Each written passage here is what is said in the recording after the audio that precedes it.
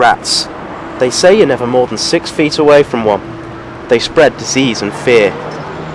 No, this isn't the latest tagline from the latest horror film by Wes Craven, starring Bruce Willis and Steven Seagal. This is where we live. In a recent survey by the council, it's been discovered that there are 7 million rats on the street these days. You're more likely to see a rat now than a cat or a dog. Earlier today, I spoke to members of the public to see how they felt about this serious issue. There's some big so-and-sos. Yeah. Through my job when I used to work for the council, I used to see them run across the road, darting into drains and that. I think what you need to do is clean up. Right. People need to clean up after themselves. It's all the takeaways around there as well. Rats?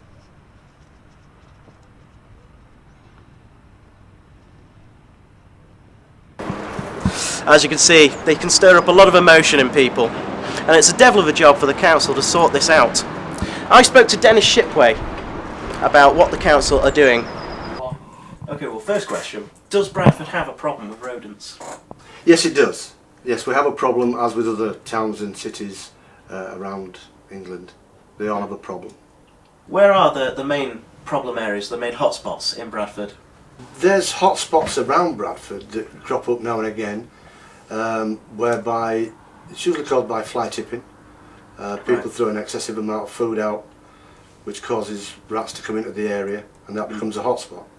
And how much money does this cost? The fee is around about £118,000 Right. that we have to make to break even. So we're not here to make money, but the money is needed to run the department. Right.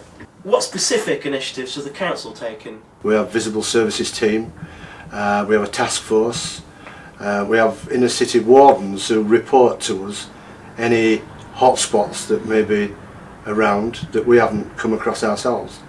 Bradford has a lot of student accommodation, and rats can be a real issue. We spoke to Mr. Rubani, a landlord round here, for him to tell us about how it affects him. How do the rodents affect you and your business? I've been in this business now for about 25 years.